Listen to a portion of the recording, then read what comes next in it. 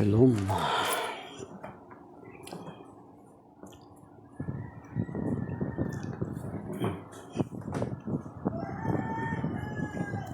Today's Bible reading, the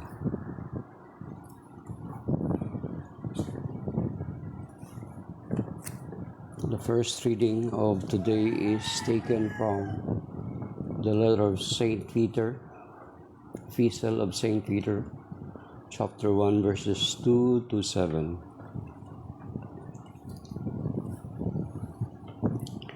In the foreknowledge of God the Father through sanctification by the Spirit, for obedience and sprinkling with the blood of Jesus Christ, may grace and peace be yours in abundance. Blessed be God the Father of our Lord Jesus Christ, who in His great mercy gave us a new birth to a living hope through the resurrection of Jesus Christ from the dead, to an inheritance that is imperishable, undefiled, and unfading, kept in heaven for you, who by the power of God are safeguarded through faith to a salvation that is ready to be revealed in the final time. In this you rejoice, although now for a little while you may have to suffer through various trials, so that the genuineness of your faith, more precious than gold that is perishable, even though tested by fire, may prove to be for praise, glory, and honor at the revelation of Jesus Christ. The word of the Lord. Thanks be to God. The responsorial psalm is from Psalm 91.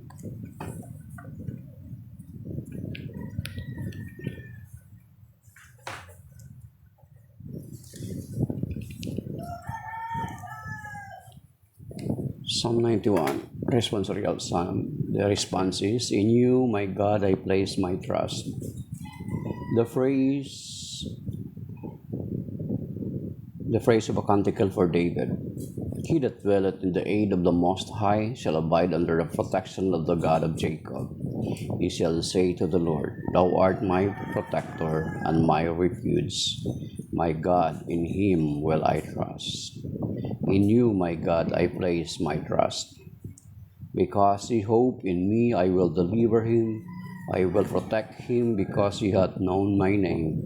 He shall cry to me, and I will hear him.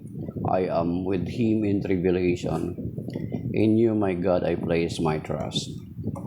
I will deliver him, and I will glorify him. I will fill him with length of days, and I will show him my salvation. In you, my God, I place my trust. So the gospel, that is the psalm, the gospel of today is taken from Mark chapter 12, verse 1 to 12. Mark chapter 12, open your Bible in Mark chapter 12, verses 1 to 12.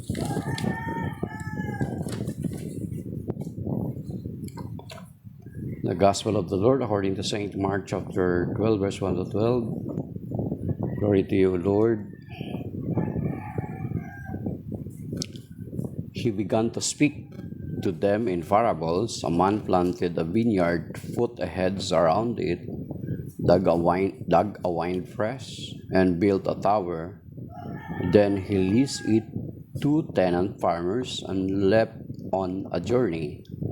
At the proper time, he sent a servant to the tenants to obtain from them some of the produce of the vineyard. But they seized him and beat him and sent him away empty-handed. Again he sent them another servant, and that one they beat over the head and treated shamefully.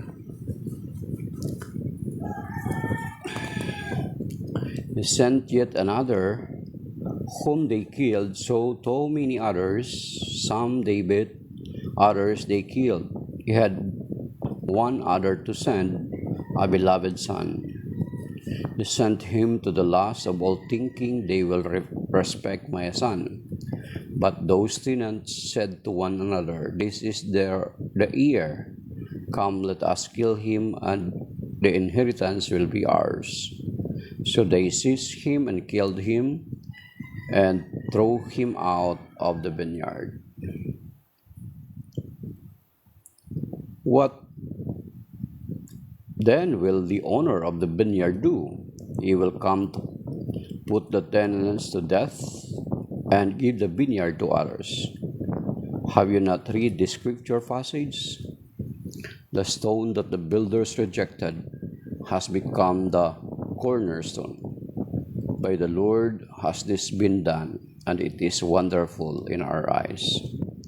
They were seeking to arrest him, but they feared the crowd, for they realized that he had addressed the parable to them.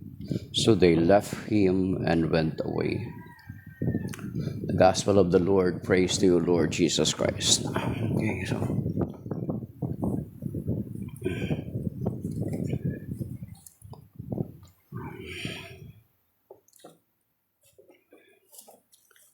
So ang natin sa first reading, sa 1 Peter.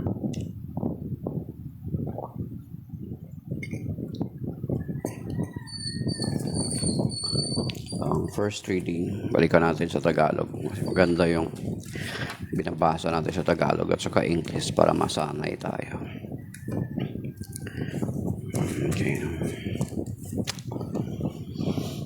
Balikan natin. Pasalamatan natin ang Diyos at mga ating Panginoon sa Kristo dahil sa laki ng habag niya sa atin, tayo binigyan niya ng isang panibagong buhay sa pamamagitan ng muling pagkabuhay ni Hesus Kristo. Ito nagbigay sa atin isang buhay na pag-asa na magmamana tayong kayamanang di masisira, walang kapintasan at di kukupas na ihanda ng Diyos sa langit para sa inyo. Sa magitan ng inyong pananampalataya, iniingatan kayo ng kapangyarihang Diyos habang hinihintay niyo ang kaligtasang nakandang ihayag sa katapusan ng panahon. Ito'y dapat ninyong ikagala kahit na maaaring magdanas man kayo ng iba't ibang pagsubok sa loob ng maikling panahon.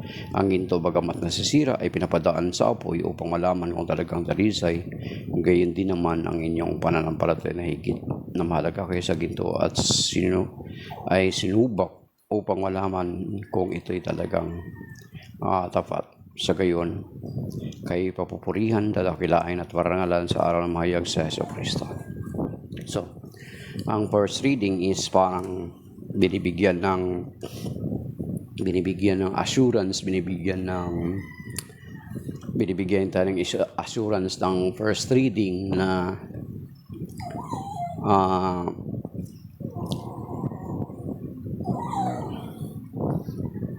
nagkaroon tayo ng panibagong buhay nung namuling na buhay ang Panginoong Kristo. Sapagkat kung babasahin din natin doon sa sinabi ni San Pablo sa 1 Corinthians chapter 15 na kung hindi nabuhay ang Panginoong Kristo ay walang katuturan yung ating pananampalataya. Doon sinasabi sa 1 Corinthians chapter 15. And then ito parang binibigyan tayo ng pag-asa na sa ating paghihintay na maihayag yung kalulatian na sa pagdating ng Panginoong Kristo na binabanggit din doon sa Romans chapter 8 ay sa ating paghihintay ay maaring dadanas muna tayo sa mga pagsubok. Maraming maaring dadanas muna tayo sa mga pagsubok. Actually, dadanas talaga tayo sa pagsubok. Sabi dito sa verse 6, ito dapat ninyong ikagalak kahit na maaring magdanas muna kayo ng iba't ibang pagsubok sa loob ng maikling panahon. So, sa ating paglilingkod, sa ating paghihintay sa Panginoon, na ihayag balang araw yung ang kalwalatian na naukol para sa atin, ay dadanas muna tayo sa pagsubok. Kasi diba, maghihintay tayo. Ang pagsubok na ito ay from within and from outside. So whether we like it or not, na sa iyo mismong sarili, nagsistruggle ka na ano ba naman to? Totoo ba tong pinaniniwalaan ko? Magkakaroon ka ng kasi ang tagal, sabi mo, parang ang tagal naman ng pangako ng Panginoon. Diba?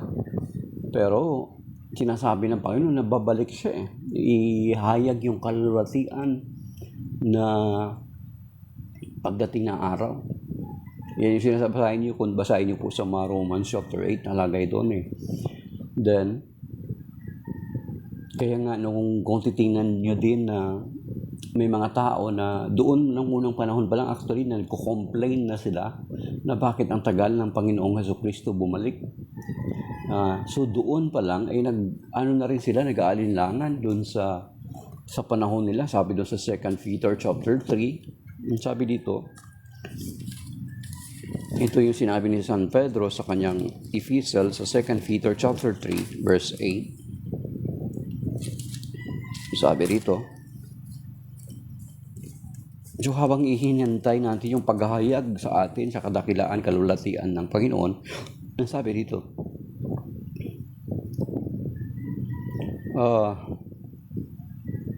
verse 2 Peter chapter 3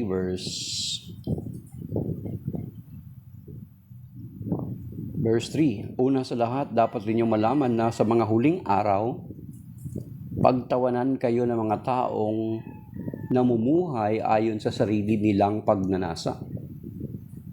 So usually sa ating paghihintay sa Panginoon, ito verse, pinauna na ito ni San Pedro. Sabi niya, sa 2 Peter chapter 3 verses 3 to the following verses, una sa lahat, dapat ninyong malaman na sa mga huling araw ay pagtawanan kayo ng mga taong namumuhay ayon sa sarili nilang pagnanasa. Sasabihin nila, nangako siyang darating, hindi ba? Nasaan na siya? Namatay ng ating mga ninuno, ngunit wala pa rin pagbabago buhat ng likhain ng mundong ito. Verse 5, sinasadya nilang hindi pahalagahan ang katotohanan. Ang langit at lupa ay nilikha ng Diyos sa pamagitan ng kanyang salita. Nilikha ang lupa buhat sa tubig at sa pamagitan ng tubig, sa pamagitan din ng tubig ng malaking baha, ginuno ang daigdig ng panahong iyon. Sa pamamagitan din sa salitang iyon ay nanatili ang mga langit, ang lupa upang tupukin sa apoy pagdating ng araw ng paghukom at pagpaparusa sa masama. Verse 8, sabi niya, mga minamahal, huwag ninyong kalimutan na sa Panginoon ang isang araw ay tulad ng 1,000 taon at ang 1,000 taon ay tulad ng isang araw lamang. So yun yung sinasabi, kasi kina-question pagtatawanan daw tayo balang araw ng mga tao yung mga tao na dating kasama din natin, of course, mga naniniwala din. Sabi dito, verse 8, mga minamahal, huwag ninyong kalimutan, kasi sinasabi niya matagal na raw sabi niya, pero ito yung sagot sa sinasabi nilang matagal na. Huwag ninyong kalimutan, ang isang araw ay tulad ng 1,000 taon. At ang 1,000 taon ay tulad ng isang araw lamang. So, kung akala natin sa timetable natin napakatagal na hindi pa bumabalik ang Panginoong Jesucristo, sa Kanya yung 1,000 taon ay tila bagay isang araw lang sa atin. Wala naman sa Kanyang araw o wala naman sa Kanyang gabi. Di ba? Hindi naman, tayo lang naman, nagkaroon tayo ng calendar, nagbuo ang Catholic Church ng calendar, yung Gregorian calendar, para ma-count natin yung days, di ba? May gabi, may araw, 24 hours, then another day, yun. Catholic Church naglagay gumawa ng kalendaryo, yung Gregorian calendar na ginagawa natin ngayon. Then, sa verse 9, ito ang pinakasagot. Ay, di ba, yung sagot kanina, sagot doon sa mga pagtatawanan tayo na ang 1,000 taon ay parang isang araw lang sa Panginoon. Nabanggit na rin yan doon sa Old Testament, doon sa Psalm chapter 90, kung hindi ako nagkakamali. Basahin natin, tingnan natin, silipin natin sa Psalm. Ito yung reference ni San Pedro sa kanyang sinabi. Sabi dito, okay. Yes, tama, Psalm 90 verse 4. Yun yung reference ni San Pedro sa kanyang sinabi. Ang 1,000 taon ay parang isang araw lang. Sa mata mo, Panginoon, isang kisap mata lamang, isang saglit sa magdamag na ito ay dumaraan. Okay. So ito yung reference ni San Pedro. Sa verse 9. Sa verse, mga minamahal, huwag ninyong kalimutan na sa Panginoon ang isang araw ay tulad ng 1,000 taon at ang 1,000 taon ay tulad ng isang araw lamang. Sa verse 9, sabi niya, ang Panginoon na hindi nagpapawaya na sa kanyang pangako Gaya ng inaakala ng ilan, sa halip, nagbibigay siya ng pagkakataon sa lahat, sapagkat hindi niya nais na may mapahamak, kundi ang lahat ay makapagsisi at tumalikod sa kasalanan. Yan. Yan yung reason why the delay of the return of the Lord. Di ba? Nung si MacArthur, nagsabi nga na I shall return. Pag ginamit yung shall ay medyo hindi sure. Pero ang Panginoong Jesucristo, di ba, I will return. Di ba? Hanapin natin sa John chapter 14. Anong sinabi doon? Ay hindi siya sinabi, I shall return. Hindi. So doon ginamit ni ginopya ni MacArthur yan. Hindi naman kagyat kaagad nakabalik si MacArthur. Di ba? So, ganun din ang Panginoon. Ito sabi niya. Sa English, tingnan natin sa English. So, sabi ni MacArthur, I shall return. Pag yung term na shall ang ginagamit, hindi sigurado. Pero nakabalik naman si MacArthur kasi he is not sure. So, John chapter 14, sabi ng Panginoon,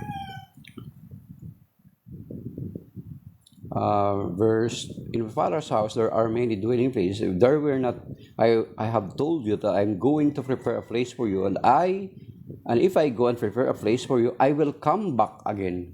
So, I will come back again, sinabi ng Panginoon. Hindi I shall come back again, hindi ginamit yung shall. I will come back again. So, ang Panginoong Jesucristo is very sure that He will come again. So, yun yung sinasabi sa 2 Peter chapter 3, verse 9, na kaya pala yung delay ng pagbabalik ng Panginoong Jesucristo is natatagalan or hindi niya pa tinutupad yung pangako niya na pagbabalik because He is giving us chance. He is giving us chance to return to Him, to repent. Kasi hindi niya nais na tayo ay mapahamak. Ayan. Yan yung isa sa reason na bakit ganun. So ito mga taong nagtatawa sa atin. So kaya nga may kasabihan tayo, hindi ko lang alam kung, di ba, yung kasabihan natin na masamang damo, matagal mamatay. So ganun kabuti si Lord, di ba? Kahit masamang damo ka, masamang tao ka, hindi ka kaagad na mamatay, di ba? Maraming ganun. Minsan nagbibidridden pa ng matagal. At sa panahon ng kanyang pagiging bedridden na nakasadlak doon sa kanyang banig ng karamdaman is yung mga panahon na nakapagninilay siya sa mga panahon na kanyang pamumuhay noon. Yan. Doon pala kinuha yan. Yung masamang damo, matagal mamatay. Di ba? So, doon pala binasa yan sa 2 Peter chapter 3 verse 9. Pagkat hindi nais ng Diyos na tayo ay mapahamak. At yan naman yung sinabi niya sa 1 Timothy chapter 2 verse 3 and 4 na ang kalooban ng Panginoon na ang lahat ay makaalam ng katotohanan at maligtas. Sabi dito sa 1 Timothy chapter 2 verse 3 and 4, sabi niya, ito ang mabuti at nakalulugod sa Diyos na ating tagapagligtas. Ibig niya ang lahat ng tao ay maligtas at makaalam ng katotohanan. So, you see, God wanted even those, yung mga sinasabi natin mga makasalanan. Di ba sa atin, lalo ng panahon ng AGK, tuwang-tuwa, maraming mga tao na dapat lang yan sa kanila. Pero ang Diyos, hindi ganun ang pag-uugali. Kaya nga kung ganun yung pagiging pag-uugali mo before, nung panahon na may AGK, dapat mong pagsisiyan yun kasi hindi yaon yung kalooban ng Panginoon.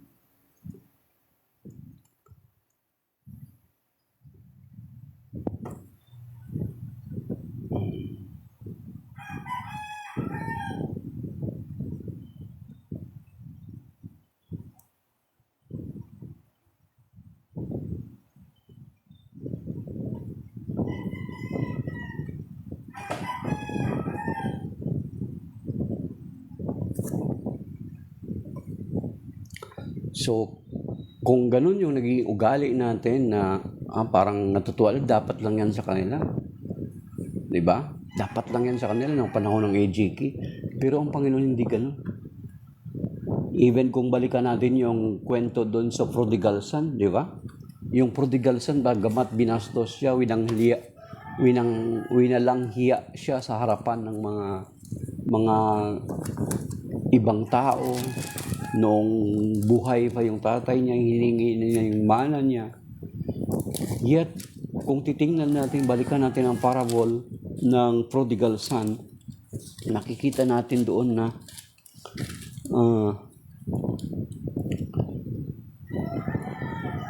sa Luke chapter 11 verses 11 to 15, 11 to 32, na after umalis ang anak na ito, ay makikita natin na kung suriin natin mabuti yung parable about the prodigal son, araw-araw naghihintay, nag-aabang ang ama na magbalik ang kanyang anak.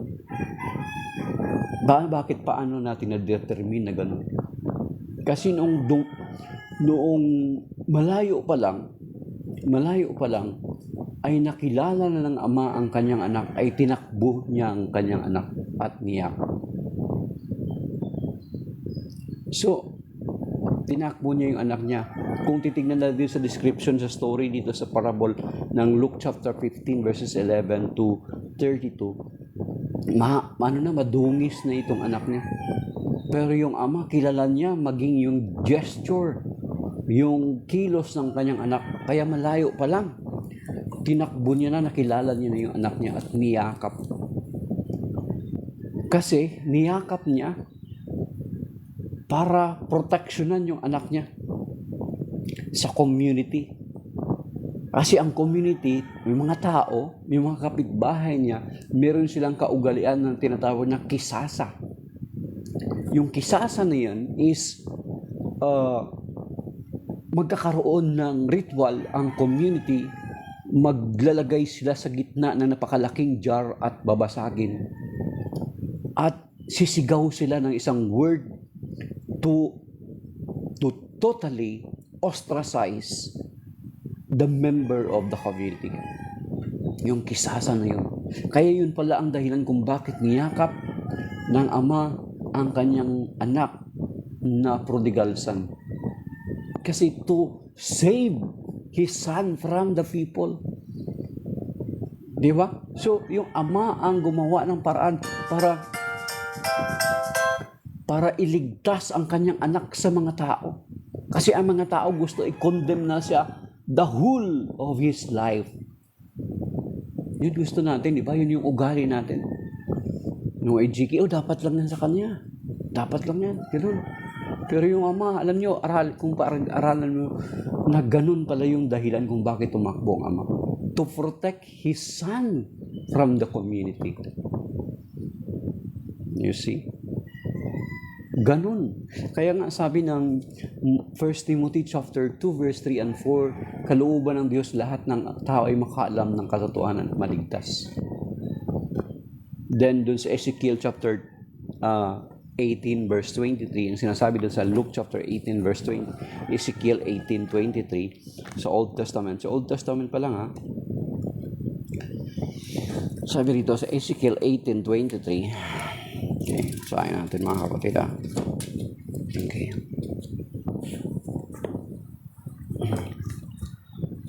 Ezekiel 18. Sa Ezekiel 18 verse 23, sabi dito, hindi ko inasisiya ang kamantayan ng masama. Sabi pa ni Yahweh. Ang verse 8, Ezekiel 18:23, ang ibig ko nga siya'y magsisi at magbagong buhay. So yun yung gusto ni Lord.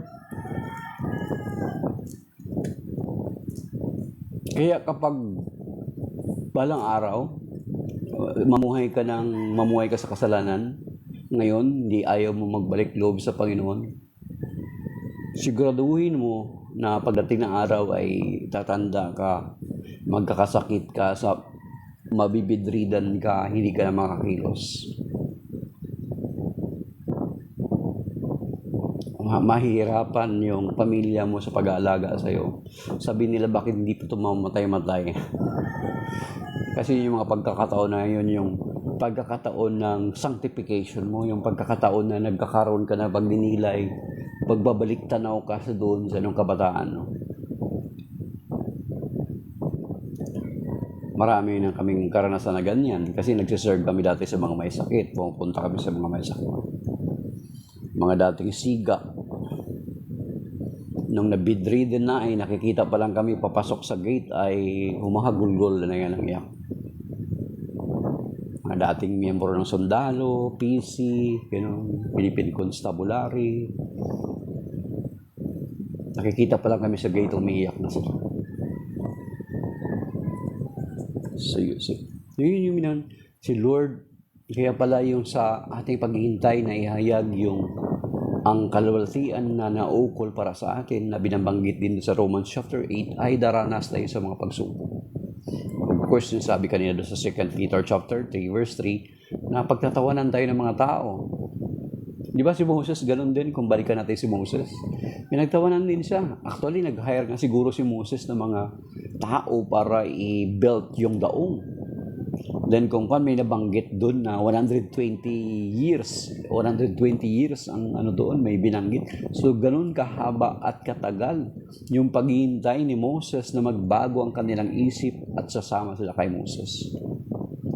Yet those people, kahit yung mga karpentero na nakinabang sa daong ni Noe, ay hindi sila pumasok.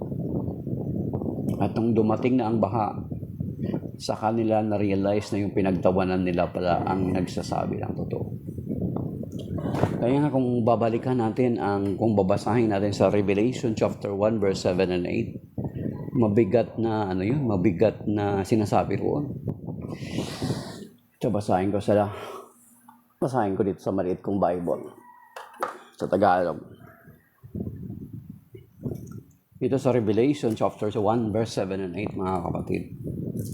Yung mga nagtatawa sa atin. Ito, tingnan nyo, pakinggan nyo. Basahin nyo. Yung mga nagtatawa sa atin, hayaan nyo lang sila. Ganun din naman nangyari kay Moses, di ba? Pinagtawanan si Moses. Si Noah. Even Moses, pinagtawanan din siya. Nung he attempt to save his people from slavery nung umpisa.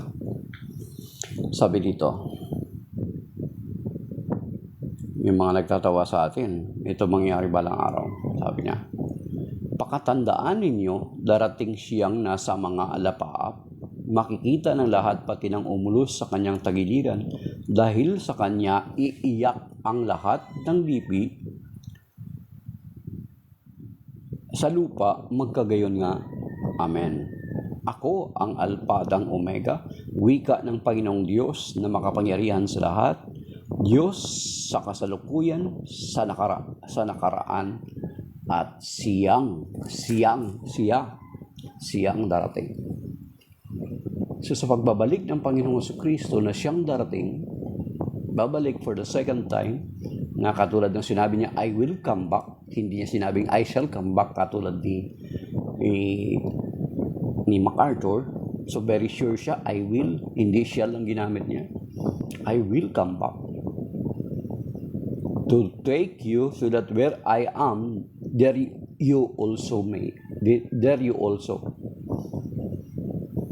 So, iiyak daw sa pagdating ng Panginoon Jesucristo, yung nagtatawa sa atin, yung hindi nakikinig sa simbahan, yung rebelde sa simbahan, hindi naniniwala sa simbahan,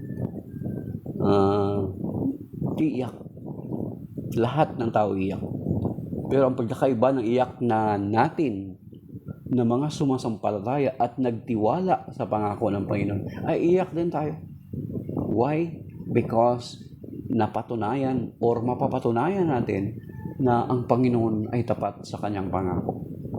Iiyak tayo, thank you Lord, this is it. Thank you for fulfilling your promise to us. Di ba? So yun yung iiyak tayo. And those other people also will cry. Bakit? Sa takot, sa pangamba, sa pag-alala, sa panghihinayang, na totoo pala ang ipinangangaral ng simbahan, totoo pala ang ipinangangaral ng banal na kasulatan.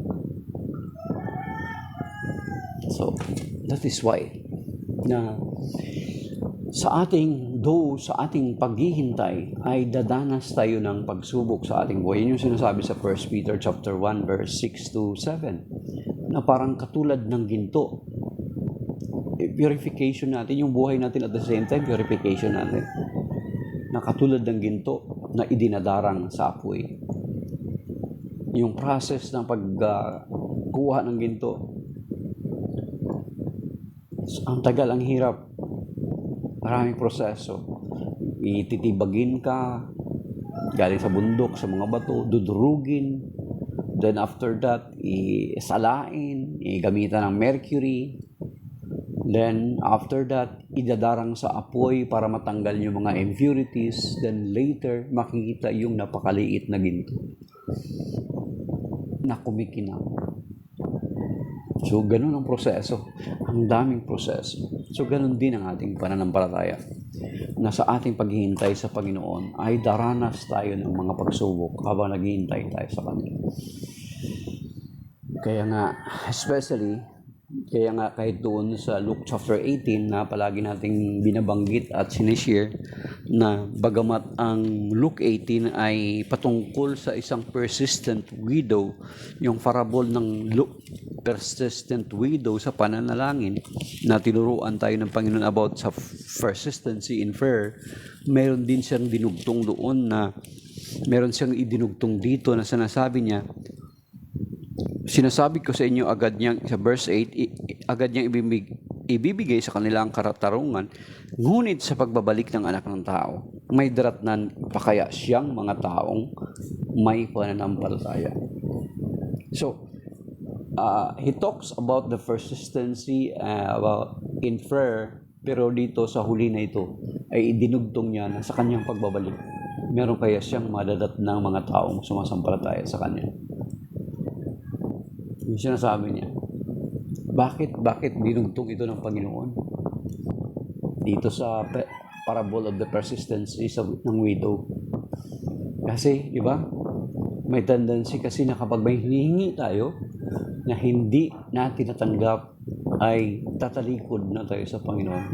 Kaya nga, sinabi niya rito, na reminder sa atin din, na sa kanyang pagbabalik ay may mararamdaman kaya siyang sumasampalataya sa kanya. Kasama ka kaya roon. Yan. Okay. So, yun yung sa first reading. Then, ang gospel is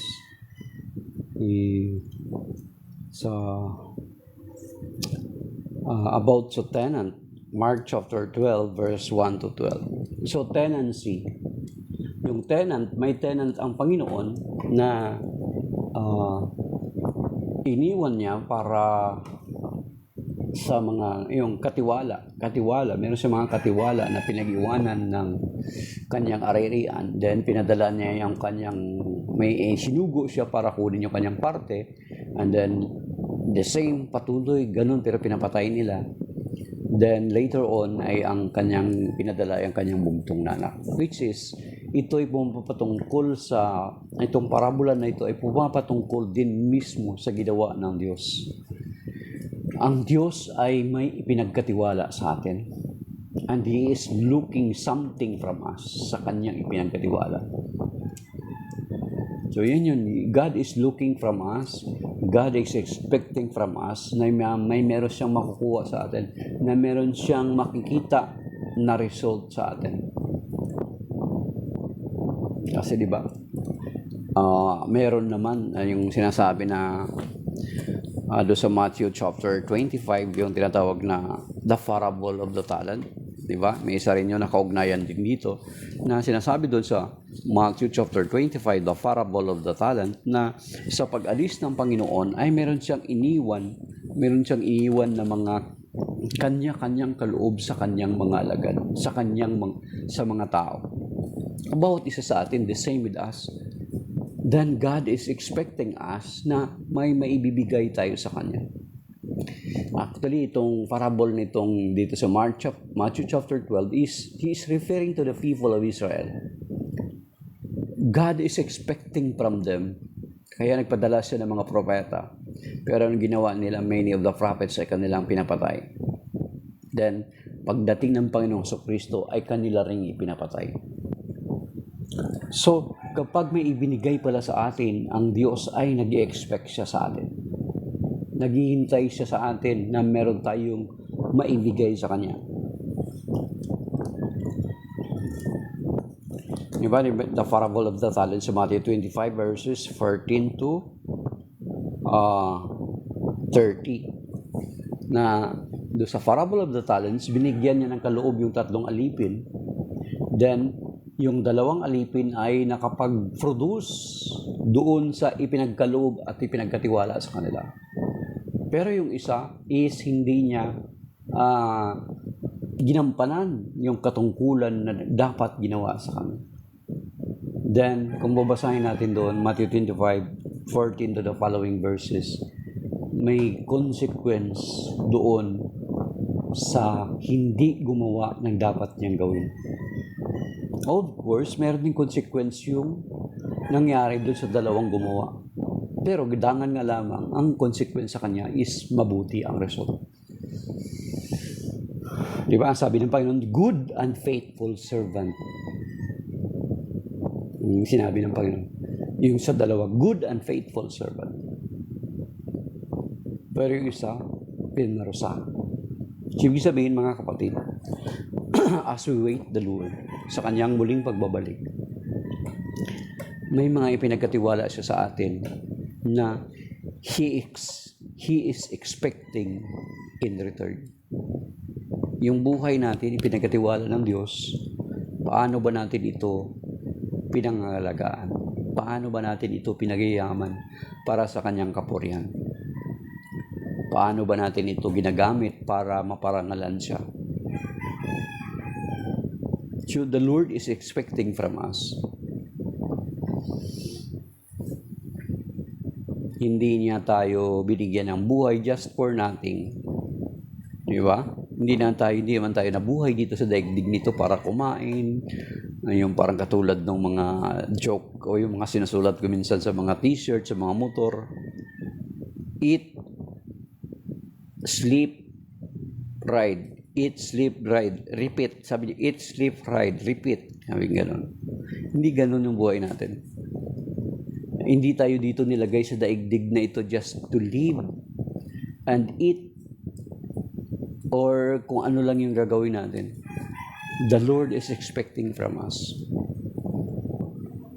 Kung sakaling yayaman kayaman, it's still the Lord is expecting from us na sa Kanyang pagbabalik ay meron siyang makuha sa atin. Meron siyang mapakinabang sa atin. Meron siyang yung ininvest niya sa atin ay nagawa natin. So, hindi pwede na, okay na to. Okay na to.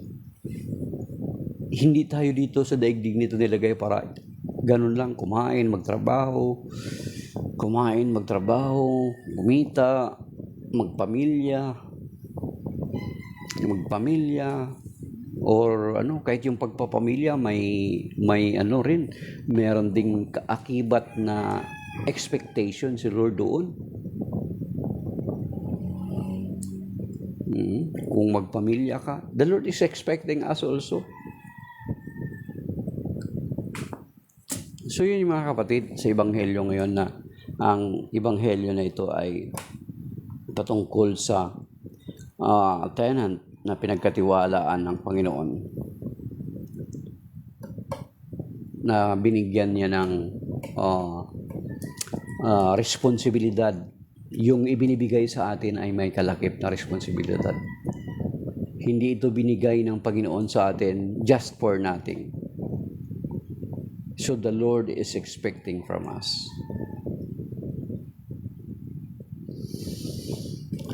So, maybe that is by na mga kapatid. Ang simple word na iiwanan ko is, the Lord is expecting from us. The Lord wanted all men to be saved. He is expecting us to return to Him. The Lord wanted us to be healthy. He is expecting us na i-take care natin yung ipinagkatiwala niyang buhay sa atin. Yan. Yun mga kapatid. So the Lord is expecting from us. So maybe that is by now. Shalom. May God bless us all at magandang umaga, magandang araw ng Lunes sa ating lahat. May the Lord bless us and keep us safe today and always. Salamat sa mga nag-like at sa mga kahit pa paano mga nakinig at dumaan at sumilip sa aking pagbabahagi. So may God bless us all in Jesus' name.